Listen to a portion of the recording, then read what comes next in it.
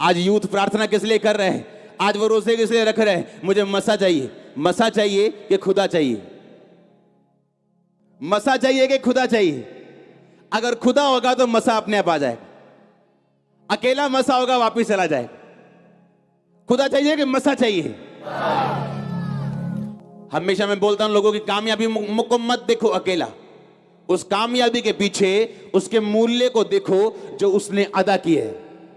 आमीन। उसका मूल्य जो उसके पीछे अदा किया गया वो देखो।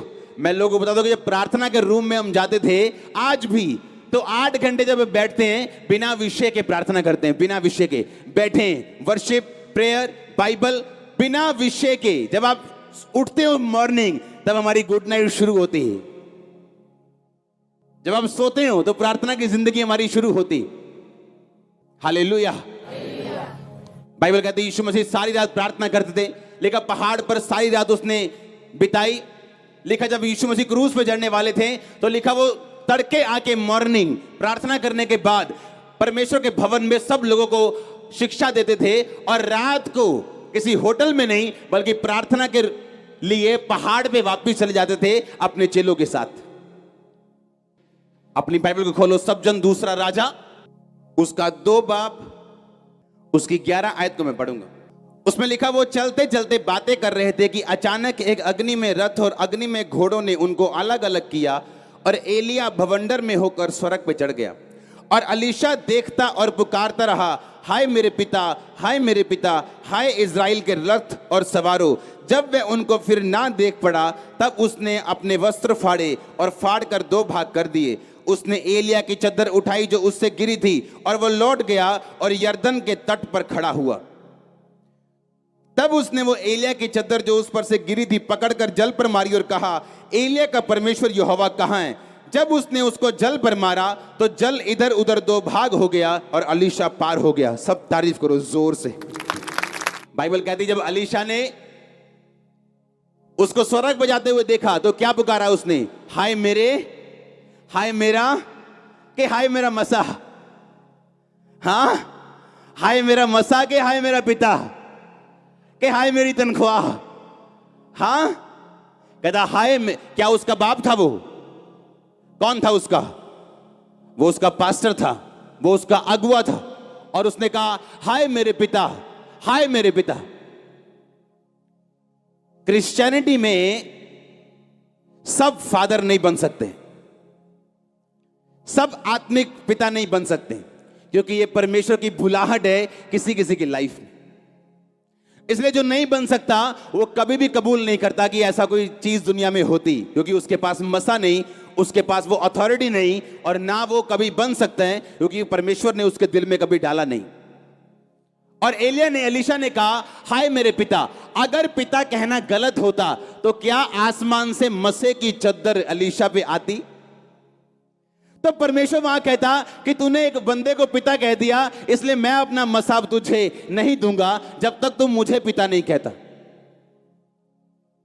पर बाइबल कहती जैसे जब उसने कहा हाय मेरे पिता, हाय मेरे पिता, हाय इज़राइल के रथ और सवारों। लिखा जब उसने ये बात बोली अपने कपड़े फाड़े और वो चद्दर जो उससे गिरी थी उठाई, उस चद्दर में मसा था क्योंकि परमेश्वर उसके साथ था।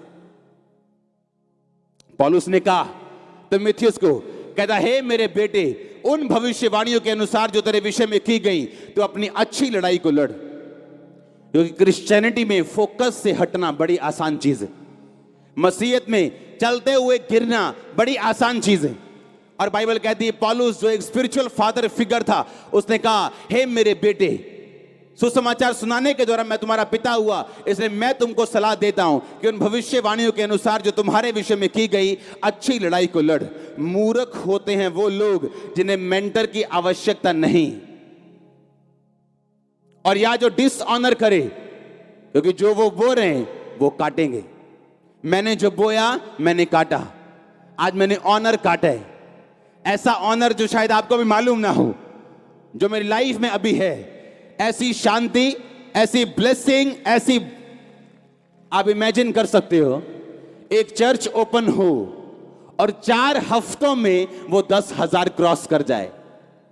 इमेजिन, कभी नहीं सुना मैंने अपनी लाइफ में, कभी किसी पास्टर की लाइफ, कि एक ब्रांच खुली हो और 4 हफ्तों में वो 10,000 क्रॉस कर जाए, सब हॉल भर जाएं, बड़े बड़े टेंट भर जाएं और लोग सोच रहे हैं क्या हो रहा है।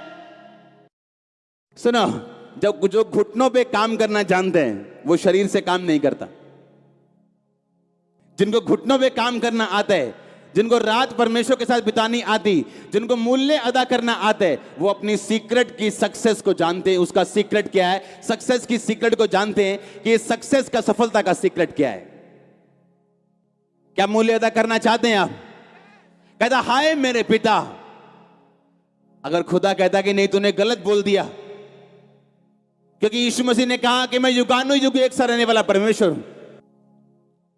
वो नए नियम से पहले भी ऐसा था, पुराने नियम में भी ऐसा था, नए नियम के बाद भी ऐसा है। क्योंकि क्रिश्चियनिटी में हर एक बंदे की कॉलिंग डिफरेंट है। ये परमेश्वर का चुनाव है जो माता के गर्भ से वो करता है, और जब वो बंदा उस चुनाव को पकड़ लेता है, उसे सिद्ध करता है, तो उसको कोई हटा नहीं सकता। क्या आपने अपने चुनाव को सिद्ध किया जो परमेश्वर ने आपकी लाइफ में करना जो वो चाहते हैं? क्या आपने उसको पकड़ा? क्या आप सोचते हो बिना प्रार्थना क्या आप उसको पकड़ पाओगे? क्या बिना प्रार्थना आप उसको हासिल कर लोगे? आप क्या चाहते हो मायने नहीं करता। आपकी प्रेयर कितनी है उसके साथ। कौन नहीं चाहता ब्लेस होना, इस्तेमाल होना, मसीह में जाना? कौन नहीं चाहता? पर हर बंदा पहुंचता नहीं। क्यों? आपको उसके साथ मूल्य अदा करना पड़ता है। आज जो गाड़ी में आया वो कहता मैं बड़ी गाड़ी में आऊं, बड़ी गाड़ी वाला कहता उससे बड़ी में आया हूं। हाँ, जो साइकिल पे आया होता है बाइक पे आऊं। आपके चाहने से कुछ नहीं होता, आपके पास करेंसी होनी चाहिए। उसी तरह आत्मिक करेंसी आपकी प्रार्थना है। प्रार्थना आपको करेंसी देती है, प्रार्थना आपको पैसा देती है आत्मिक। आप जो चाहे उससे खरीद सकते हो, जो चाहे मांग सकते हो, वो आपको देगा। क्योंकि यीशु मसीह ने कहा कि मैं युगानुयुग एक सा रहने वाला परमेश्वर हूं। वो नए नियम से पहले भी ऐसा था, पुराने नियम में भी ऐसा था, नए नियम के बाद भी ऐसा है। क्योंकि क्रिश्चियनिटी में हर एक बंदे की कॉलिंग डिफरेंट है। ये परमेश्वर का चुनाव है जो माता के गर्भ से वो करता है, और जब वो बंदा उस चुनाव को पकड़ लेता है, उसे सिद्ध करता है, तो उसको कोई हटा नहीं सकता। क्या आपने अपने चुनाव को सिद्ध किया जो परमेश्वर ने आपकी लाइफ में करना जो वो चाहते हैं? क्या आपने उसको पकड़ा? क्या आप सोचते हो बिना प्रार्थना क्या आप उसको पकड़ पाओगे? क्या बिना प्रार्थना आप उसको हासिल कर लोगे? आप क्या चाहते हो मायने नहीं करता। आपकी प्रेयर कितनी है उसके साथ। कौन नहीं चाहता ब्लेस होना, इस्तेमाल होना, मसीह में जाना? कौन नहीं चाहता? पर हर बंदा पहुंचता नहीं। क्यों? आपको उसके साथ मूल्य अदा करना पड़ता है। आज जो गाड़ी में आया वो कहता मैं बड़ी गाड़ी में आऊं, बड़ी गाड़ी वाला कहता उससे बड़ी में आया हूं। हाँ, जो साइकिल पे आया होता है बाइक पे आऊं। आपके चाहने से कुछ नहीं होता, आपके पास करेंसी होनी चाहिए। उसी तरह आत्मिक करेंसी आपकी प्रार्थना है। प्रार्थना आपको करेंसी देती है, प्रार्थना आपको पैसा देती है आत्मिक। आप जो चाहे उससे खरीद सकते हो, जो चाहे मांग सकते हो, वो आपको देगा।